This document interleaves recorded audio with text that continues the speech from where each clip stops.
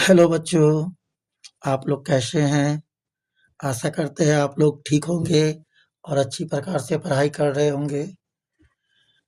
आपका मेरे चैनल पर स्वागत है बच्चों। आज मैं बच्चों आपको एक थ्योरम बताने जा रहा हूँ, जो बहुत ही फेमस थ्योरम है पाइथागोरस प्रमेय, और ये अनेक बार परीक्षा में आ चुका है। तो इस बार भी उम्मीद किया जाता है कि ज़रूर ही आएगा। थ्योरम प्रमेय पाइथागोरस प्रमेय है बच्चों।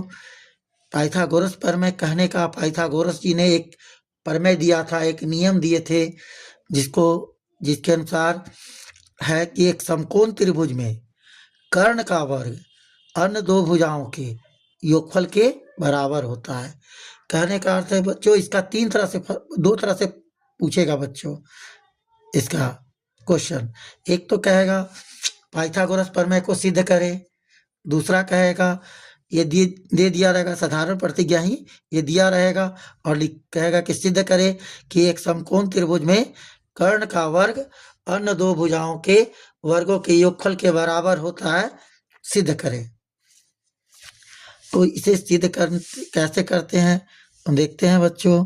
सबसे पहले हम लोग विशेष प्रतिज्ञा, या इसे कहते हैं मुख्य प्रतिज्ञा, इसको बनाते हैं। विशेष प्रतिज्ञा में हम लोग इसका फिगर बनाएंगे बच्चों। सबसे पहले एक समकोण त्रिभुज का निर्माण करते हैं। जिस समकोण त्रिभुज किसे कहते हैं? तो जिस त्रिभुज का एक कोण 90 डिग्री का होता है उसे समकोण त्रिभुज कहते हैं। तो ये ए बी सी एक समकोण त्रिभुज हुआ जिसका एंगल भी 90 डिग्री। तो विशेष प्रतिज्ञा में बच्चों जो फिगर बना है उसी को लिखा जाता है। लिखेंगे माना त्रिभुज ए बी सी एक समकोण त्रिभुज है, समकोण त्रिभुज है जिसका एंगल बी बराबर 90 डिग्री। एंगल बी देखिए बच्चों 90 डिग्री है, तथा एसी कर्ण है। एसी कर्ण है, एसी कर्ण हो गया। अब विशेष प्रतिज्ञा इस फिगर के बारे में तो लिख दी है हम। अब इसे सिद्ध क्या करना है, अगले स्टेप में ये लिखना जाता है। सिद्ध करना है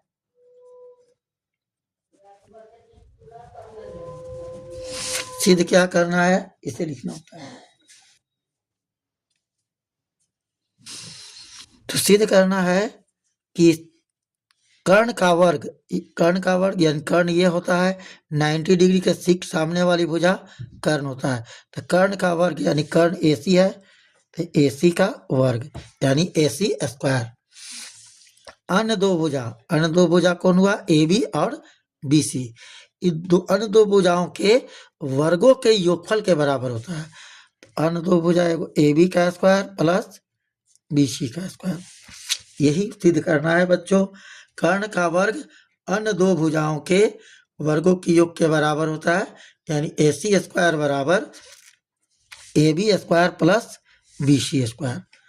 तीसरे स्टेप में हमें लिखना होता है बच्चों, इसे सिद्ध करने के लिए जो हमें कुछ जोड़ तोड़ करना होता है, यानी जो अपनी तरफ से कुछ जोड़ना होता है, जिसे हम लोग रचना या बनावट कहते हैं। तो रचना करना है हमें बच्चों। रचना में क्या करेंगे? एंगल बी से एक लंब डालेंगे, एंगल बी से एक लंब डालेंगे बी डी। बी से लंब डाले हैं बी डी, किस पर?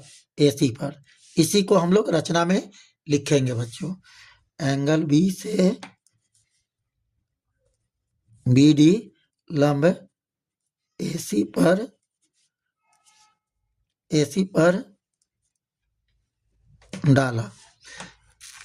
डालें। रचना भी कंप्लीट हो गया बच्चों। अब क्या करेंगे? अब हम लोग प्रमाणित करेंगे, यानी सिद्ध करेंगे। इसको प्रमाण लिखते हैं या फिर उत्पत्ति भी लिखते हैं, ठीक है। तो कैसे इसको सिद्ध करेंगे तो देखते हैं बच्चों। इसके लिए हम लोग पहले ये दोनों त्रिभुज, एक त्रिभुज मूल त्रिभुज एबीसी है, ABC, एक मूल त्रिभुज ABC और एक ये त्रिभुज में चलेंगे ADB में।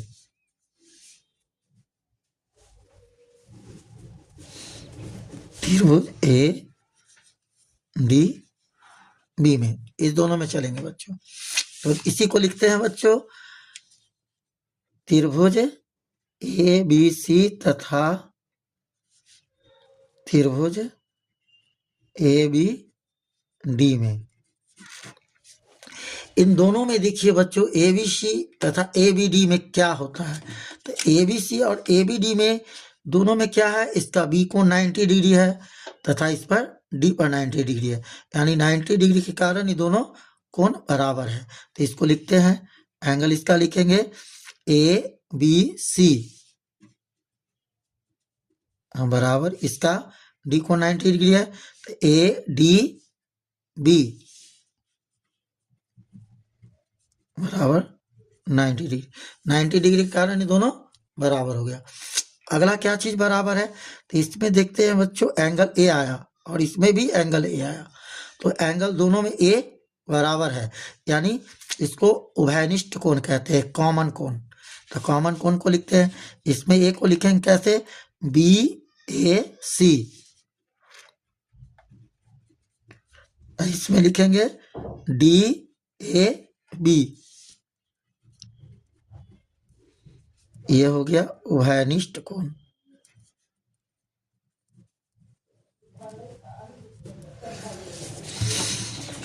शेष कोण कौन बचा बच्चों, तो शेष कोण जो बचा वो अपने आप बराबर, जब दो कोण बराबर हो जाता है तो तीसरा कोण अपने आप बराबर हो जाता है।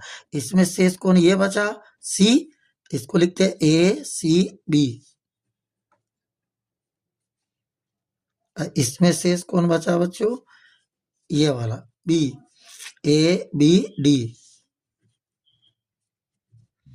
बराबर हो गया।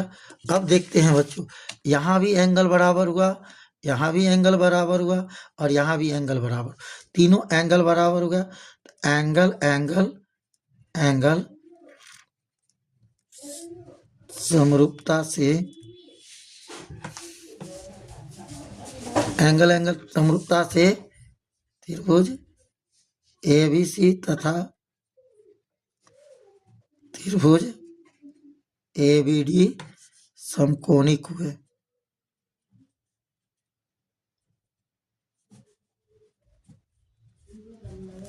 समकोणिक हुए यानी ये दोनों त्रिभुज समरूप हुए।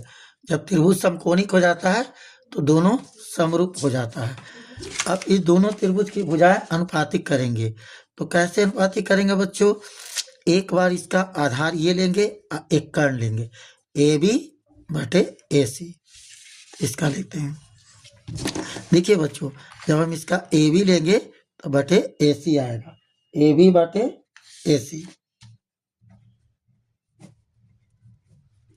उसी प्रकार जिस प्रकार हम AB लिए उसका AC लिए, तो इसी प्रकार हम इसका AD लेंगे, इसका AB, तो AD बटे AB। By cross multiplication, cross में इसको गुना करेंगे, AB में AB से गुना किए AB स्क्वायर बराबर AC में AD से गुना किए AC इंटू AD। ये इक्वेशन फर्स्ट बच्चों हो चुका है, इक्वेशन फर्स्ट हो गया। अब आगे देखते हैं बच्चों, पुनः जब हम एक मूल त्रिभुज ABC के समरूप है त्रिभुज ये वाला ADB कर दिए, इसी प्रकार हम लोग लिख सकते हैं कि अभी मूल त्रिभुज ABC के समरूप यह वाला त्रिभुज BCD भी होगा। इसे हम लोग प्रमाणित कर भी सकते हैं, नहीं तो एक को प्रमाणित कर दिए तो दूसरा हम लोग लिख सकते हैं। इसी प्रकार त्रिभुज ABC तथा त्रिभुज BDC भी समकोणिक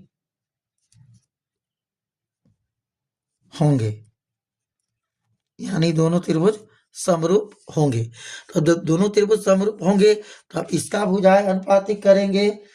अब इसका, तो इसका हो जाएगा, देखिए बच्चों इसका ही फिगर बनाते हैं यहाँ पर अलग, त्रिभुज ABC तो यही चलेगा और एगो इसका इसका ये बी डी सी लिखते हैं, बी डी कौन सा कौन है ये लिखते हैं। अब इस दोनों में मिलाते हैं बच्चों, इसका बी डी होगा, बी डी लेंगे बी डी बटे ए सी, सॉरी बी डी बटे इसका बी डी बटे बी सी, और इसका लेंगे तो इसका ए बी हम लोग ले चुके हैं, तो अब इसका बी सी लेंगे, बी सी बटे इसका ए सी। तो पहले इसी को करते हैं आधार, अगर इसका आधार लेंगे बच्चों तो इसमें आधार लेना पड़ेगा, इसका लंब नहीं होगा। पहले ए बी सी वाला का लिखते हैं बी सी बटे ए सी, तो इसमें बच्चों आधार लिए, इसमें आधार लिए तो इसका भी आधार लेंगे, इसका सी डी हो जाएगा और इसका कर्ण बी सी।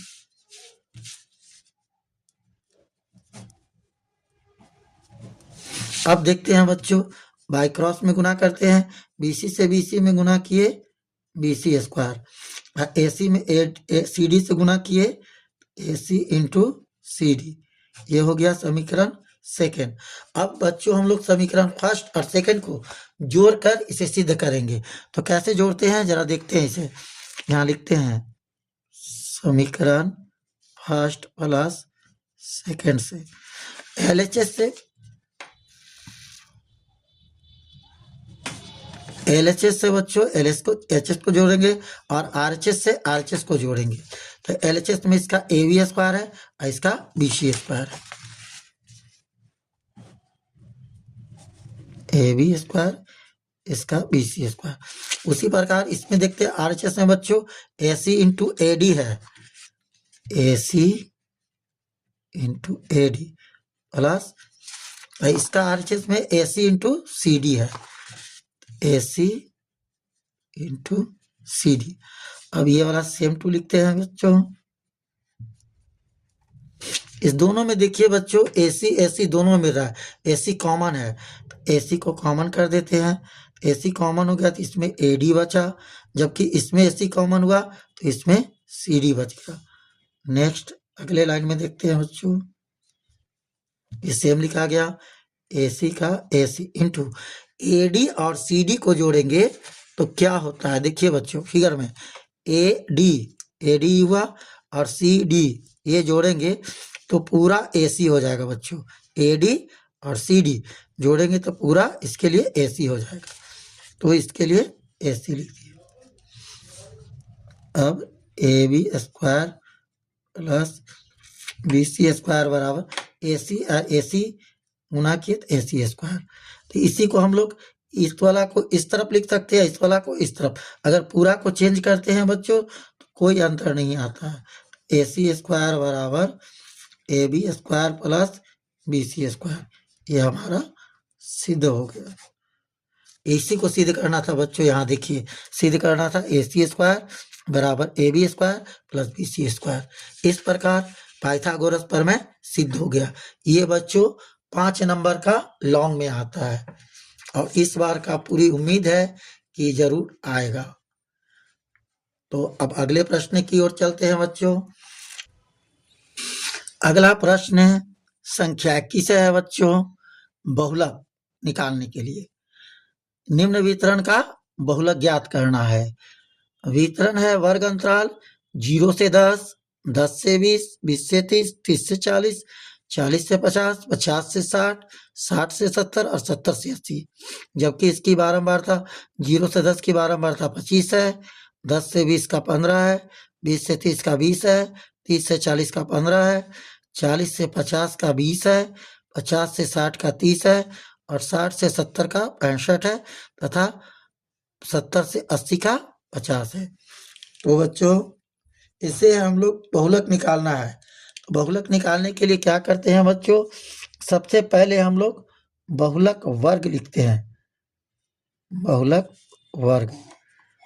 बहुलक वर्ग देखेंगे कि इसमें कौन आएगा, तो सबसे बड़ी बारंबारता यानी सर्वाधिक बारंबारता अंक जो होगा वही बहुलक वर्ग का लाइन होगा। तो इसमें देखिए बच्चों सबसे बड़ी बारंबारता 65 है, 65 का ठीक सामने वाला वर्ग अंतराल जो होगा 60 से 70, ये हमारा बहुलक वर्ग का लाइन है। बहुलक वर्ग का सबसे बड़ी बारंबारता जो होगा ठीक उसके सामने वाला वर्ग अंतराल, ये होगा 60 से 70 हमारा बहुलक वर्ग कहलाएगा। अब इसकी निम्न सीमा को, यानी निम्न माने कम वाले को कहते हैं हम लोग एल। एल का मान हो गया 60। उच्च सीमा को नहीं लिया जाता है, सिर्फ निम्न सीमा को एल कहते हैं। अब एफओ का मान, एफओ का मान होता है जो सर्वाधिक बड़ी बारंबारता है, सबसे बड़ी बारंबारता, वो एफओ का मान होगा। तो एफओ का मान ये है बच्चों 65। फिर f-1 का मान, f-1 का मतलब होता है बच्चों बहुलक वर्ग के ठीक पहले वाली वर्ग की बारंबारता। बहुलक वर्ग के ठीक पहले वाली बारंबारता 30, ये वाला। f1 यानी f+1 बहुलक वर्ग के ठीक बाद वाली की बारंबारता, बहुलक वर्ग के ठीक बाद वाला ये बारंबारता। और आई का मतलब होता है अंतराल, यानी वर्ग अंतराल में कितने का अंतराल चल रहा है। तो सब में देखिए बच्चों 10-10 का अंतर चल रहा है, 0 से 10, 10 से 20, 20 से 30, 30 से 40, सब 10-10 के अंतर पर चल रहा है। इसका अंतराल 10 है। अब हम लोग बहुलक का फार्मूला लिखते हैं। तो बहुलक को हम लोग इंग्लिश में लिखते हैं मोड, यानी मोड का अर्थ होता है बहुलक। अब बहुलक के लिए फार्मूला लिखते हैं बच्चों L plus FO minus f-1 और नीचे 2, इसी को लगाकर 2 लगाकर सब इसी को लिखते हैं बच्चों, FO minus f-1 minus f1 गुने I। ये बहुलक का सूत्र है बच्चों। अब इस पर हम लोग मान इसका भरेंगे। बहुलक निकालना है, छोड़ दिए। एल का मान कितना है 60 प्लस एफओ का मान कितना है, एफओ का मान 65 है, 65 माइनस f-1 का कितना है 30। नीचे बनते हैं 2FO, तो 2 गुना एफओ का मान कितना है 65 भर दिए। फार्मूला का माइनस है तो माइनस, f-1 का कितना है 30 भरे, माइनस f1 का कितना है 50 गुने आई का है मान कितना है 10। मान फिर से देखिएगा बच्चों, एल का मान कितना है 60, एफओ का मान कितना है 65, तो 65 लिखे, ये माइनस का माइनस, f-1 का कितना है 30 लिखे, और नीचे 2FO है, यानी 2 इंटू एफओ, 2 इंटू एफओ का मान 65, तो 65। फिर फार्मूला का माइनस, f-1 का 30 है तो 30, फिर माइनस f1 का 50 है तो 50, और आई का मान 10 है तो 10। अब इसे हम लोग सॉल्व करते हैं। 60 सॉल्व पर भी बच्चों ध्यान दीजिएगा कि किसका काम पहले करते और किसका बाद में, इसको ध्यान रखना बहुत आवश्यक है। तो इस 60 का 60 लिख दिए, प्लस पहले इसको घटाएंगे, 65 में से 30 घटा दिए 35, गुने 10 बच्चों ऊपर लिख सकते हैं, और नहीं तो फिर यही लिखेंगे। 65 में 2 से गुना किए 130, ये बच्चों देखिए माइनस में है 30 और 50 भी माइनस में है, तो ये माइनस माइनस प्लस हो जाएगा, 50 30 80, यानी -50 और -30 -80 हो गया। अब 60 प्लस ये 35 में 10 से गुना करेंगे 350, ये 130 में से 80 घटाते हैं तो 50 से इसको काटे बच्चों तो 7 बार में कट गया। 60 प्लस ये 7 बचा, 60 और 7 जोड़ दिए 67, यानी हमारा बहुलक का मान 67 आया बच्चों। आशा करते हैं कि ये वीडियो आपको बहुत अच्छा लगा होगा। अगर वीडियो अच्छा लगे बच्चों तो कृपया लाइक, शेयर और सब्सक्राइब करना न भूलें। धन्यवाद। जय हिंद।